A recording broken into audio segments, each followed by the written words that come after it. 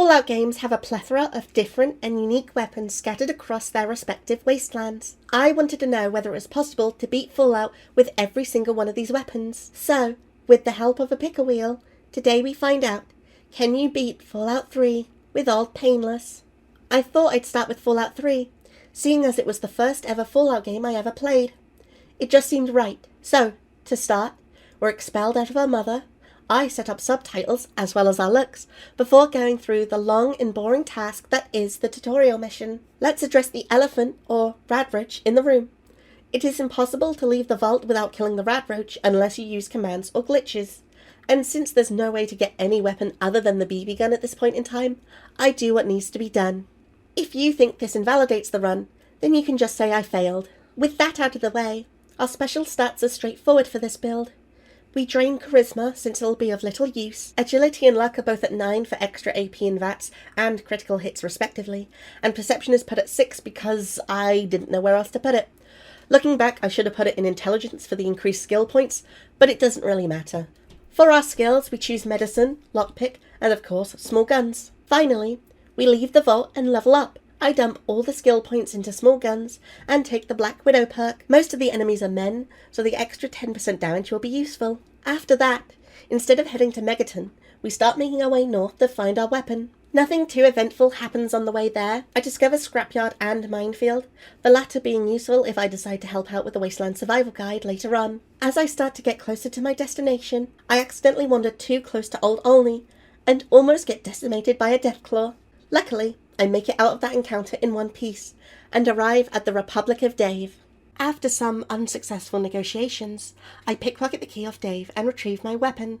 Ol Painless is basically a better version of the hunting rifle, so once we get ammo for this thing, it doesn't seem like this run is going to be too much of a challenge.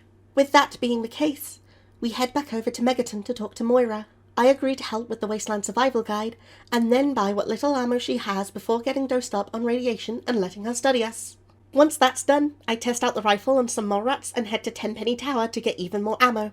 But come to find, it's still not enough for my liking. I start to make my way towards the DC area when I bump into Brian, and then promptly leave him to face his own problems.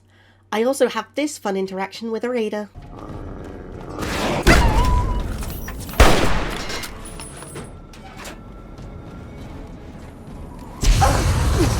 After getting turned around, I find some mutants and then come across Dukov's place, which allows me to level up. I yet again place everything into Small Guns and pick the Gun Nut perk to increase both Small Guns and Repair. I make a detour to my favourite weapon dealers in Rivet City, and finally end up with enough ammo to start this run. Instead of using this wisely, I revisit the Republic of Dave for a hostile takeover. Have you heard about Dave, lady? You killed her! And then skip straight to Smith Casey's garage. Nothing interesting about this. I enter the vault, enter the simulation, let the Chinese take over, and leave with Dad. Although I do end up making him glitch out and turn into a weeping angel, so that's fun.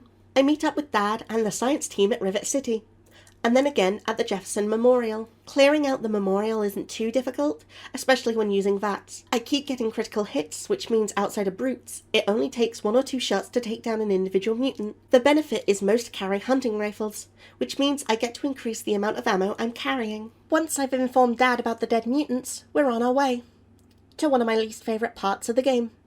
Ultimately, it's not too bad, but the constant back and forth from the sewers is pretty mundane. It doesn't last long though, and then we get to watch our father slip into a permanent radioactive coma. I also figure out that I can glitch my way into searching Colonel Autumn's body and stealing his 10mm pistol, which is useless on this run, but useful information for a future video. Anyway, we go through the tunnels with little issue, as the Enclave are no match for a Vault Dweller with a rifle. I level up again and max out my gun skill. I proceed to put the rest into Repair, and choose the Educated perk for an extra 3 skill points. I deal with Gaza by putting a bullet through his head, which is a course of action I didn't know you could take here, and then make it to the Citadel. I get power armor training, which means I can finally wear what I've been carrying around this entire time, and then it's off to Little Lamplight. Once I get there, I'm lucky enough for my speech check to work for once, but then that luck runs out quickly when MacCready glitches out and doesn't open the door. I go to talk to Joseph, and then return to Murder Pass, to see that it's actually now open. I love Fallout jank. We quickly move on and make our way through the cave system and into the vault. I get a little worried that I may end up running out of ammo, as a good chunk of the super mutants here are brutes who don't carry hunting rifles. Luckily, I never actually run out. I decide not to release Forks simply to make the game harder on me. Not that it really does, as I managed to get through the remaining super mutants, and then use the impervious doorway hack to get the Gek before being captured by the Enclave. I have the encounter with Colonel Autumn, get misgendered by an officer, and then make my way to see the President. The journey there is quite easy. Even with the power armor, the Enclave are actually weaker than the super mutants in Vault 87, which means it often only takes one shot to deal with them. Once I escape, I return to the Citadel, stock up on ammo and stim packs, and then it's pretty much a breeze from there. The Enclave weren't difficult to defeat when it was just me, so when I've got a team and a giant robot by my side, the only challenge is trying to get some kills in before anyone else does. I level up just before facing Autumn, and take the Here and Now perk just for fun, leveling me up again. Autumn goes down without any real challenge, and then I heroically step into the Purifier and sacrifice myself, ending the game, starting Broken Steel, and giving the answer of yes, you can beat Fallout 3 with Ol Painless. This was a fun one to start with. The weapon wasn't too difficult to get, and it was better than its base counterpart, which made it much less of a challenge than it could have been. No doubt future weapon runs will prove more difficult. As for now, we've answered the question, so I implore you to like, comment, and subscribe, check out the links in the description below, and I'll see you all next month for another challenge run.